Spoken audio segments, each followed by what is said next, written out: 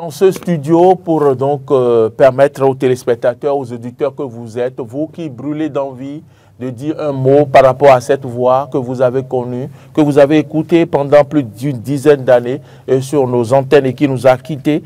Oui, une surprise pour beaucoup de gens. Nous aussi, oui, on est dans la douleur. Et le numéro à appeler, c'est le 01 48 52 94 et pour pouvoir donc rendre hommage, comme vous le lisez sur nos écrans, à Peggy Ludovic Dagba. Merci à tous ceux-là. Merci à Dia Toro. Merci au Bernardin Fabi, de son vrai nom, oui. Dia Toro. Et merci également à M. Ayonou Lucien. Merci à la Fadette. Merci à tous ceux-là qui n'ont pas manqué de nous écrire, de nous envoyer des messages, de nous soutenir. Merci beaucoup. Merci beaucoup à vous. Déjà, un téléspectateur, un auditeur en ligne. Bonjour. Bonjour, M. Peggy. Moi, c'est Maury Yagua. Maury, effectivement, pardon, désolé. Oui, je comprends. C'est l'émotion. Je comprends l'émotion. Oui. À qui avons l'honneur? Bonjour, Laurent. Ici, c'est Évariste Apiledi. Monsieur Évariste, bonjour. Monsieur Évariste, comment allez-vous? Vous nous appelez d'où? Ça va bien. Ça va très bien. Vous nous appelez d'où? Je vous appelle de Dangbo. Dangbo, voilà. Oui. D'accord. Alors, vous avez appris la nouvelle. Aujourd'hui, on consacre une trentaine de minutes à l'hommage que vous rendrez à cet homme. On vous laisse la parole. Oui, vous avez bien fait de nous laisser ce plan d'horaire pour pouvoir nous manifester. Puisque hier, j'ai une réaction à l'actualité. La ligne était saturée, n'est pas pu. Oui, et vraiment, la nouvelle, je l'ai appris le dimanche. 13h, ça sonnait déjà 13h18. C'était sur BITFM. J'avais suivi le débat matinal du directeur d'Enclame. Oui. J'ai éteint la radio, le poste radio. Je me suis allongé un peu pour dormir. Quelque chose me dit de capter la radio sur mon petit portable. Quand j'ai capté, je suis tombé sur BIT et j'ai appris une information, j'ai sursauté, sincèrement. Et le fait de sursauter comme ça, j'ai commencé par avoir les mots de tête. Parce que Peggy, je ne l'ai pas rencontré physiquement, je ne l'ai pas connu physiquement, mais je l'ai connu à travers la radio, par cette émission, cette débat sur la télévision et d'MTV. À voir ça posté déjà à la télévision, vous devez déjà, même si vous n'êtes pas psychologue, vous devez déjà imaginer ce genre de personne que Peggy est. Et ça me fait beaucoup mal. Ça n'affecte pas seulement sa famille et ses collègues, et ça nous affecte encore, nous les auditeurs. Je voudrais vous souhaiter beaucoup de courage. Merci. Et vous souhaiter toutes les condoléances. Que son âme repose en paix. Merci. Merci infiniment. Et sur l'émission hier, beaucoup de vos collègues ont pu, ils ont pu nous faire couler des larmes. Ah oui. Ils n'ont pas fait, exprès. Ils n'ont pas fait exprès. Je le sais bien, c'est évident. Beaucoup pleuraient sur ce plateau. Beaucoup ont pleuré sur ce plateau. Monsieur Laurent, je coulais les larmes et madame me calmait. L'émotion était forte. Oui. Merci beaucoup et bonne suite de l'émission à vous. Merci, monsieur Évariste. On va vous informer du déroulement, le programme des obsèques. Je voudrais rappeler qu'il y a un livre d'or qui sera ouvert ici, puisque c'est ici le siège du groupe de presse, et vous pourrez venir à volonté signer ce livre d'or, laissez vos messages, parce que à la fin, ce livre sera remis à sa famille pour donc voilà, garder le souvenir de ce que vos téléspectateurs, auditeurs gardent de ce monsieur. Un autre téléspectateur ou auditeur en ligne. Bonjour. Oui, bonjour ce matin. Ça va bien, merci de vous présenter. Vous nous appelez d'où? C'est monsieur Onichango, je vous appelle depuis Cotonou. Monsieur Onichango, comment allez-vous? Ça va très bien. Comment avez-vous appris cette triste nouvelle? On sent la tristesse dans votre voix. Oui, bon, vraiment c'était le dimanche. Moi, on était tous abattus pour un autre événement. Et j'étais sur une page d'un groupe. Quand j'ai vu l'annonce, j'ai été vraiment choqué, j'ai été vraiment abattu. Et ce qui a été vraiment surprenant, parce que j'ai écouté votre collègue qui est de l'autre côté comment il s'appelle, celui d'Alaba. Oui, Laurent. Il a dit hier que c'est quelqu'un qui souffrait des problèmes des yeux et qui n'avait pas de soutien. C'est affreux. Et quand vous voyez, vous les journalistes, devant la télévision, on pense que tout est heureux dans votre vie. C'est ça. On pense que tout est heureux dans votre vie. Donc, vous subissez des séquelles. Vous subissez des trucs où vous venez, vous apparaissez devant les écrans de télévision et nous qui sommes téléspectateurs, on dit que ils ont une vie heureuse. Roland a dit hier que Peggy l'a pris un jour dans sa voiture et il était peureux parce qu'il ne voyait plus pratiquement. Donc tout ça là, je voudrais que vous qui êtes là, dès maintenant, que des événements dans votre secteur puissent vous donner des orientations sur votre vie sanitaire. J'aurais souhaité que chaque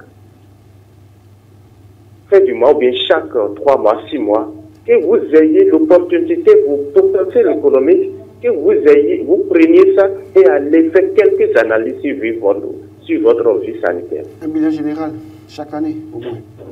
Vous comprenez? Oui. Cela fera de vous. C'est-à-dire, même si, parce que vous savez, vous êtes là maintenant, les promoteurs, et quel que soit ce que vous allez vous dire, et ils vous ont mis juste, vous êtes salarié, et puis ça s'arrête là. Votre vie, pour ce qui s'est passé concernant un pays, les gens vont toujours, ils vont promettre des choses, mais à la longue, ça ne se réalise pas. Ce sont les enfants qui subissent, ce sont la petite famille qui en subissent. Donc, que la terre soit légère, qui trouve le vent paradisiaque auprès du Père Céleste. Moi, ça m'a étonné quand on m'a dit qu'il a 50 ans, si je ne me trompe pas. Il n'a que 50 ans. 50 ans, vous voyez, cette voix qui, moi, je l'écoutais à la radio GOP-FM, je ne savais même pas que c'était lui. Que la terre soit légère. Tenez-vous et puis maîtrisez-vous, donnez-vous la vie. Ne dites pas que vous avez quelqu'un, même dans votre famille, même si vous avez quelqu'un aujourd'hui qui vous dit non, au moment opportun, je vais vous soutenir. Au moment opportun, vous ne verrez jamais cela. Vous ne verrez jamais cela. Les politiciens et autres là, vous ne les verrez pas. Jamais. Il est beau aujourd'hui qu'on vous dise que, ah non, venez, vous allez me soutenir par telle communication, C'est fini. Donc, il faut que vous ayez un petit souci. Ah, comment tu vas, ça va? Ok, je te rappelle. Ça s'arrête là. Donc, que la terre soit légère. Merci. Merci infiniment, monsieur Olichango. Merci pour vos conseils. Merci pour la compassion. Je rappelle le numéro à ceux qui sont à la radio, 01 48 52 94 02, pour rendre hommage à Peggy Ludovic Dagba. Oui, on le disait tantôt, je connais votre amour pour le football, mais ça m'a surpris. Je comprends, parce que moi-même, j'ai passé un dimanche noir. Et beaucoup m'ont appelé, beaucoup n'ont pas cru. Bonjour, téléspectateurs en ligne ou auditeurs en ligne. Vous nous appelez... Bonjour Maurice. Bonjour, vous nous suivez à la télé ou à la radio? Oui, je suis à la télé. À la télé. Monsieur Ayonou Lucien, c'est lui? Alessandre de Révier. Ah, Alessandre, d'accord, vos voix se ressemblaient. Alessandre de Révier, oui. Monsieur Alessandre, comment allez-vous ce matin? Je vais pas bien, je vais pas bien. Pourquoi? Je vais tout bien. Vous êtes en train de pleurer? Je vais pas tout bien, je vais vous le dire. Ici, c'est un frère de France, on appelle les barbes au collège protestant. Peggy, on dirait qu'il devait être déjà journaliste. Parce que quand on était dans les classes, au moment des épreuves de mathématiques, nous qui ne savons pas trop les mathématiques, après les épreuves, on sort, il va prendre son stylo. Mon cher ami, comment ça va? Comment tu as trouvé l'épreuve? Donc, je le vois le talent des journalistes depuis ce temps-là. Mais depuis un temps où la dernière rencontre que j'ai eue avec Peggy, c'est à Alada, là où on vient de la paix. Ce jour-là, j'avais voulu lui prendre à manger, il a dit non, avec un ami. On s'est donné les coordonnées. Depuis ce jour-là, je n'ai plus revu mon ami. Et c'est Laurent que j'ai demandé, j'ai parlé de lui la semaine passée avec Laurent quand il me faisait comprendre que je priais pour lui. Vraiment, que la terre choisissait. Et surtout du courage à vous que les d'être encore. J'ai plus les mots, comme tu dis à vous. Merci. Je précise que M. Alessandre il m'avait vraiment écrit la semaine passée. Merci, M. Alessandre. Il demandait, d'après Peggy, il dit, mais vous n'avez pas l'information, Peggy est malade, il est en réanimation. Et puis, je crois que il m'a réécrit dimanche en pleurant. C'est difficile. Il pleure encore.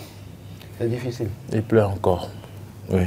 Je crois que monsieur Onitshango a dit quelque chose. Merci pour ce témoignage. Il a connu sur les bancs. Oui. Il prenait son stylo comme il faisait. Ah, d'accord, c'est ce que les. Comment vous avez trouvé les preuves de mathématiques? C'était ça. Déjà au collège. D'accord, c'est ça qu'il expliquait.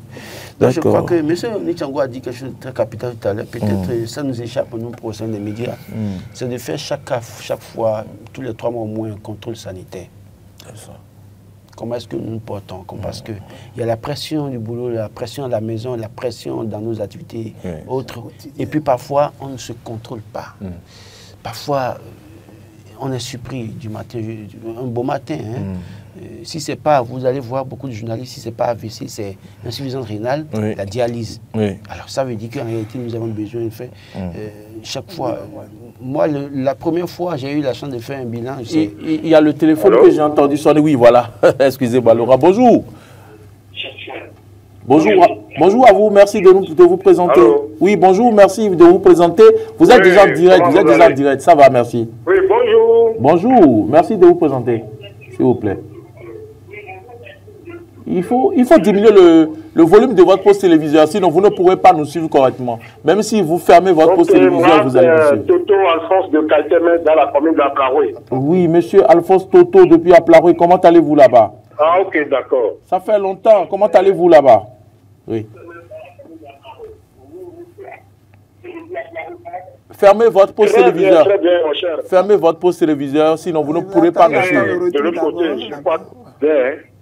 Vous ne pourrez pas nous suivre si vous n'étiez pas vous ne... Oui, c'est déjà fait. Voilà, d'accord. Okay. Merci. Allez-y. Comment avez-vous appris cette nouvelle et voilà, qu'est-ce que... Vraiment, c'est vraiment une mort qui nous a vraiment surpris, hein, puisque Peggy, c'était en 2000, j'ai la bonne mémoire, en 2006, j'ai commencé par... le suivre à la radio, je crois, à la radio Golf FM, où il passait, c'est lui qui tenait l'émission Grande Matinale. Oui. Et c'est lui-même, quand moi je me dis, c'est lui qui m'a intéressé, c'est-à-dire qui a fait que moi je ne commençais pas à écouter la radio. Même avant d'aller au cours, j'ai signé avec la Grande Matinale parce que sa voix portait beaucoup, sa voix vraiment amenait beaucoup pour... Et la communauté, je suis vraiment surpris, très surpris d'attendre la mort de ce brillant homme de médias qui est encore de parti. Je vais peut-être prier à Dieu de le garder dans sa demeure, puisque c'est difficile pour tout le Bénin. Maintenant, ce que je ne comprends pas, est-ce que je ne sais pas si il y a des associations de médias qui s'intéressent à la santé des hommes des médias. Sinon, ce n'est pas bien. Des gens comme ça,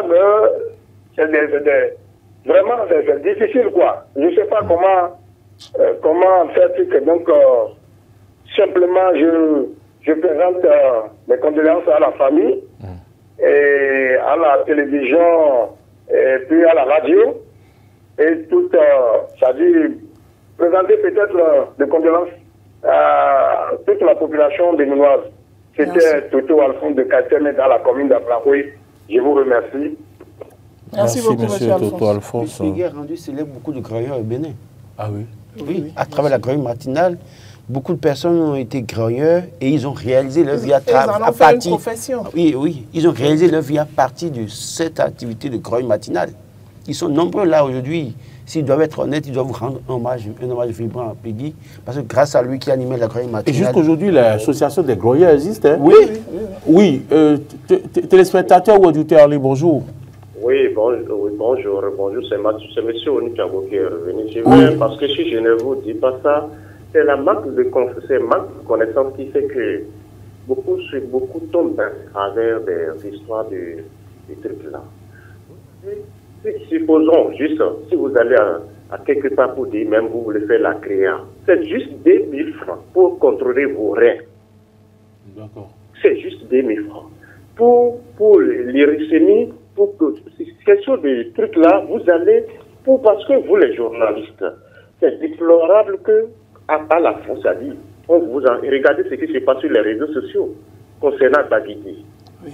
C'est, par exemple, glycémie à jeun, et cholestérol, sodium, ainsi de suite, potassium, calcium, gamma-GT concernant votre foie, ce que vous mangez. Tout cela, si vous prenez des cholestérol total, LDL, avec 30 000 francs ou bien 35 000 francs, je vous assure tout que vous avez déjà tout ça là comme résultat.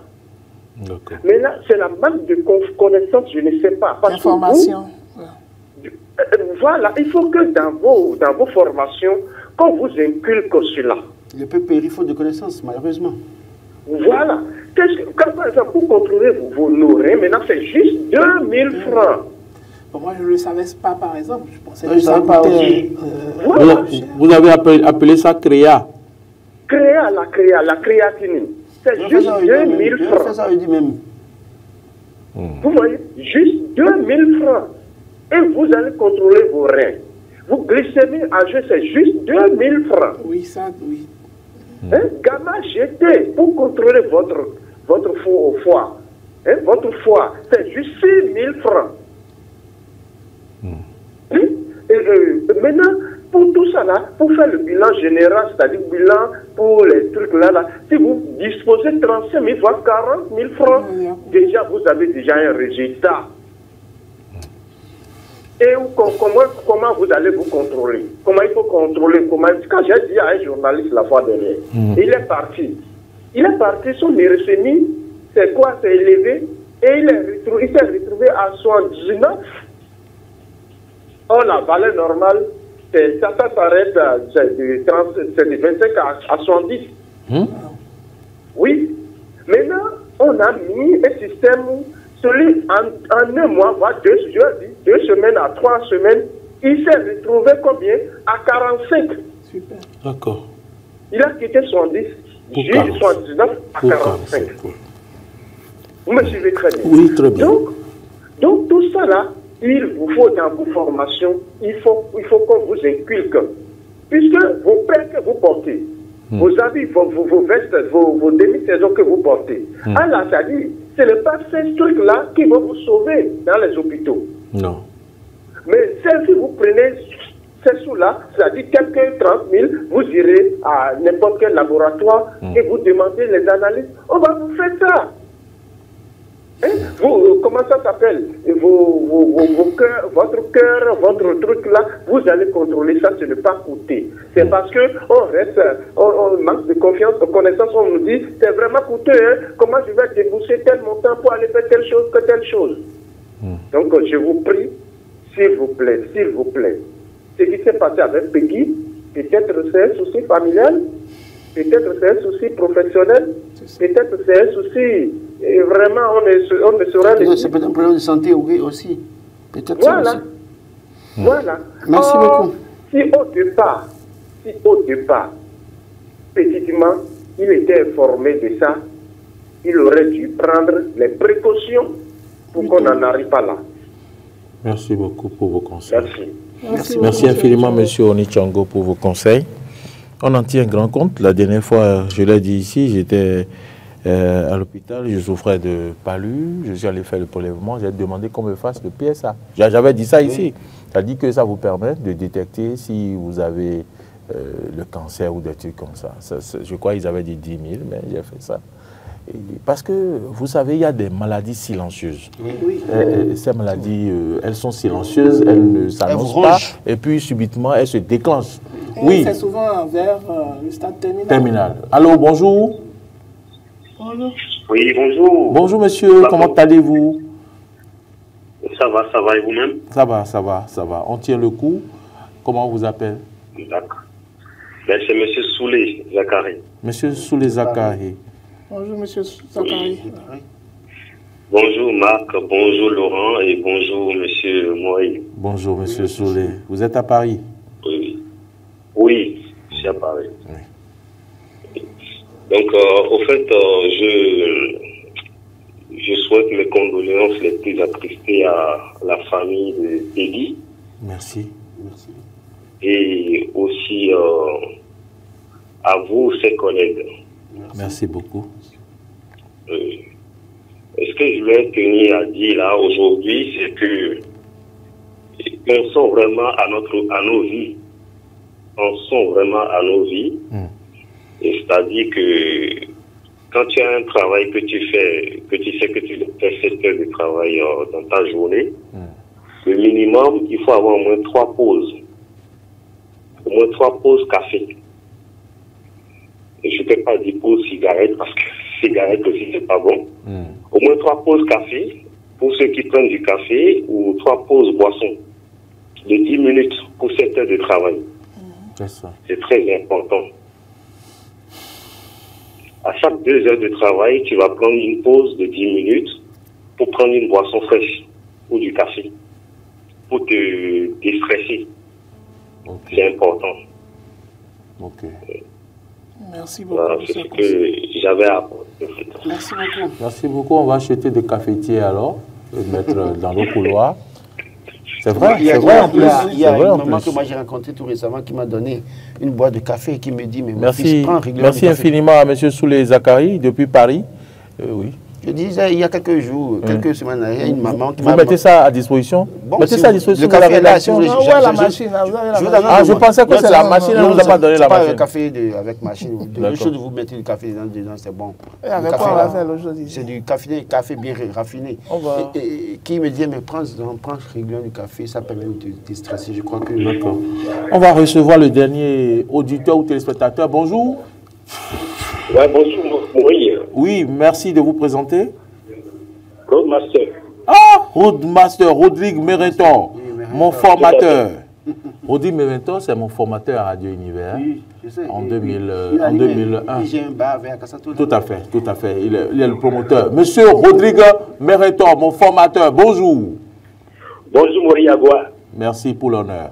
Monsieur Mérenton, bonjour. Bonjour, Tony Kess. Ouais. Bonjour, mon oncle Mérenton, bonjour. C'est mon alors, comment vous allez? Si pas il a un lien avec nous tous. Si c'est pas où c'est formateur ou c'est connaissance. On va lui laisser rapidement, le temps qui nous reste n'est plus beaucoup. Il reste 1 minute. Allez-y. Maurice. Oui, Roadmaster. L'émotion est très grande. Hein? Oui. Peggy, c'est un grand frère.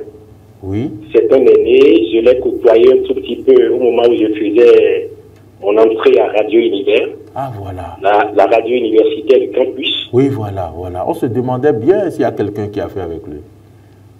Et la toute dernière fois que je l'ai croisé, c'était dans les couloirs de Eden Télévision. Oui. Où j'étais là pour faire une communication par rapport à un événement qui s'est déroulé les vacances dernières à Kassato. Oui.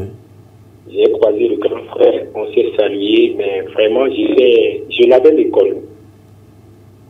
Je l'avais méconnu parce que la silhouette que je voyais devant moi n'était pas celui que j'ai connu. C'est ça. Et cela m'avait donné un grand coup négatif. C'est ça. J'avais commencé par me questionner, par m'interroger sur la santé du grand frère Peggy. Ah, c'est dur. Je crois que ceux qui sont en train d'intervenir sur l'émission En particulier, M. Tchango, il a dit l'essentiel. Oui, et nous qui sommes journalistes, animateurs, acteurs des médias, nous devons désormais prendre très au sérieux notre vie sanitaire, notre santé. C'est très important. Et il va falloir qu'à chaque moment que nous fassions une pause, que nous observions une pause pour voir ce qui se passe au niveau de notre santé et prendre les dispositions qui s'imposent pour nous porter, je veux dire, pour mieux nous porter dans notre peau, quoi. Tu vois, je manque de mots, je manque vraiment de mots pour rendre cet hommage à Peggy Ludovic Dagba. Paix à son âme. Merci. Merci à vous. On aura d'autres occasions pour lui rendre des hommages. On vous tiendra informé. Il est l'heure. Merci à toutes et à tous pour cet hommage. Merci à M. Évariste depuis Dambo. Merci à M. Oni Tchango qui nous a donné beaucoup de conseils. Merci à M. Alessandre depuis Révier. Merci à Alphonse Toto. Et merci également à M. Souli Zakari depuis Paris. Merci à Rodrigue Merintor. Lui, c'est Roadmaster. Oui, merci à toutes et à tous. Merci, merci, merci, merci.